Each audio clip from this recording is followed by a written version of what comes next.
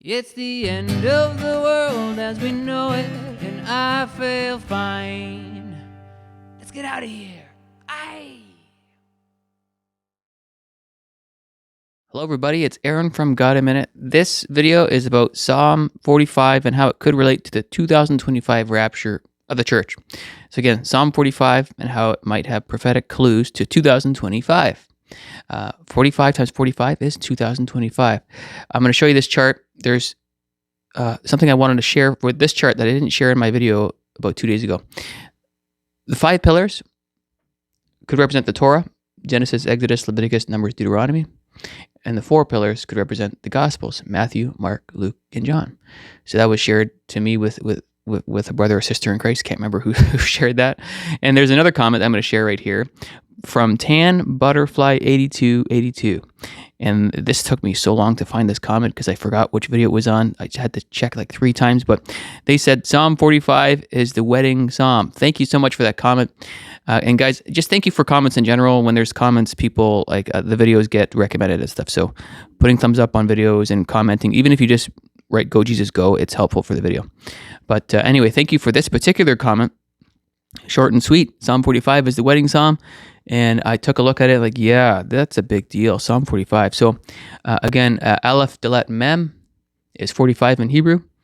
And we've got the Adam that sinned. And then the second Adam, or the last Adam, represented in Christ, makes us righteous. And so that's 2025. Now, what we have in Psalm 45 is quite a story here, what looks to be the rapture. But before I do that, this is a chart I made a while ago.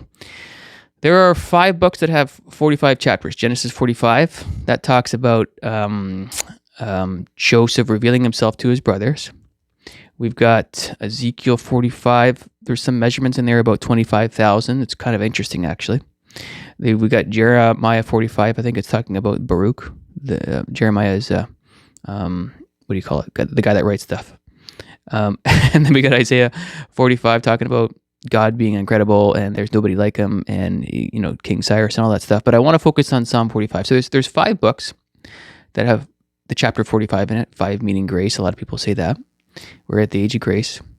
And I want to remind you while I'm here with this chart, the Psalms is the biggest book in terms of chapters. There's 150 chapters, and there's 84 independent chapters, meaning Psalm 67 and up to the end. There is no other book that has chapter 67. Okay, so there's 84 chapters that are independent all the way up to the end. Well, here we are dealing with all these 84s. We've talked about that in other videos. But we want to focus in on Psalm 45. I think Psalms in general have more weight with the chapter numbers than any other book because they're actually more independent of each other, written by different authors. The other books were just more linear thinking, and there's a story and there's a theme. But the Psalms, in terms of the numbers, I think could possibly have a little bit more of a prophetic tone to it. So the reason why we're reading Psalm 45 is, first of all, Tan Butterfly 8282 mentioned it, but also just, again, back to this whole Adam thing. We've got, Adam that sinned and Jesus being the second or the last Adam, according to 1 Corinthians 15. And 45 times 45 is 2025. In Psalm 45, maybe I can zoom in here a bit, or I'll adjust it a bit. Okay, in Psalm 45, we have basically the glories of the Messiah and his bride. Wow, that's pretty interesting. So the first character we see is Jesus Christ in the first 8.5 verses, and then the last 8.5 verses, we see the queen or the bride. It's quite interesting, and we know this is talking about Jesus in here, so because Hebrews clarifies that for us. The New Testament helps us out. So 45 times 45 is 2025. That's why we're here. Okay, the glories of the Messiah and his bride. To the chief musician, set to the lilies, a contemplation of the sons of Korah, a song of love. My heart is overflowing with a good theme, and I recite my composition concerning the king. My tongue is the pen of a ready writer. You are fairer than the sons of men. Grace is poured upon your lips. Therefore God has blessed you forever. Gird your sword upon your thigh, O mighty one, with your glory and your majesty. And in your majesty ride prosperously because of truth, humility, and righteousness.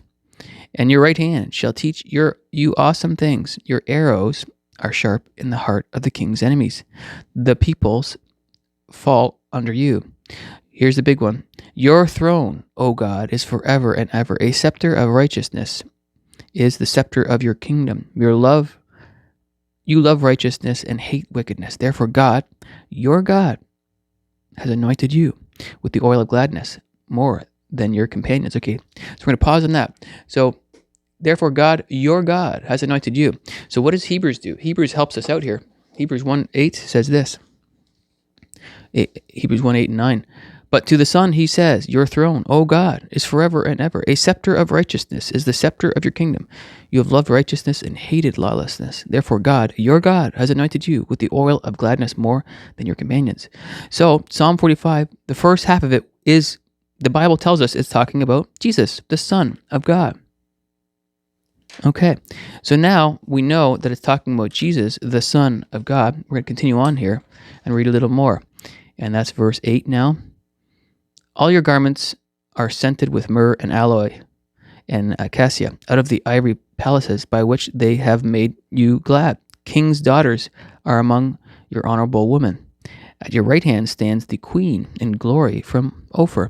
Okay, so verse 9, we got a transition now of a different character. We've got the queen, we got the bride, we've got the church, essentially. Ephesians chapter 5. Christ is the head, and we're the bride, so to speak, right? Okay, so listen, O daughter, consider and incline your ear. Forget your own people also and your father's house. So the king will greatly desire your beauty because he is your Lord. Worship him, and the daughter of Tyre will come with a gift. The rich among the people will seek your favor. We've got this whole wedding theme in Revelation 19 as well, 7 and 8.